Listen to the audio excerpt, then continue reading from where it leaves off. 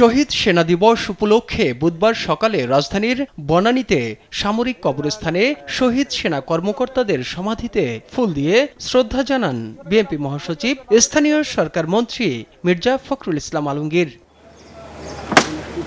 এ সময় নেতারা কিছুক্ষণ নীরবে দাঁড়িয়ে থাকেন। শ্রদ্ধা নিবেদন শেষে সাংবাদিকদের সঙ্গে কথা বলেন বিএনপি মহাসচিব। তিনি বলেন, সেনাবাহিনীর মনোবল ভাঙতেই 57 জন সেনা কর্মকর্তাকে হত্যা করা হয়েছিল। জানান, দোষীদের আইনের আওতায় এনে শাস্তি নিশ্চিত করা হবে। এই জঘন্য হত্যাকাণ্ডের একটা নিরপেক্ষ একটা তদন্ত করে দায়ী ব্যক্তিদের এবং শক্তিদেরকে আপনার আইনের আওতায় নিয়ে আসা এবং তাদের শাস্তিকে নিশ্চিত করা। ভিগো ওয়্যার গার্ড প্রয়োজন মতো বাঁকানো যায়, অধিক চাপেও ভাঙে না। ভিগো।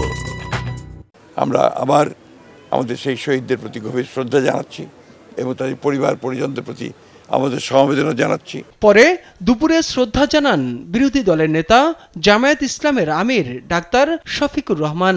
এ সময় দোয়া ও মোনাজাত করা হয়।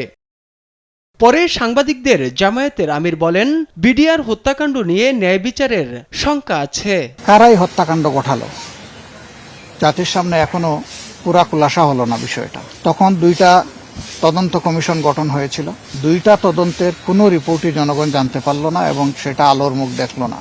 তখন যারা ক্ষমতাসীন ছিলেন এর সাথে তাদের গভীর সম্পর্ক ছিল এই হত্যাকাণ্ডের সাথে, যার কারণে তারা চাননি যে এই রিপোর্টগুলো প্রকাশ পাক। বিডিআর হত্যাকাণ্ডের বিচারে নির্দোষরা যেন সাজা না পায় সে বিষয়ে সতর্ক থাকতে হবে বলেও জানান জামায়াত ইসলামের আমির।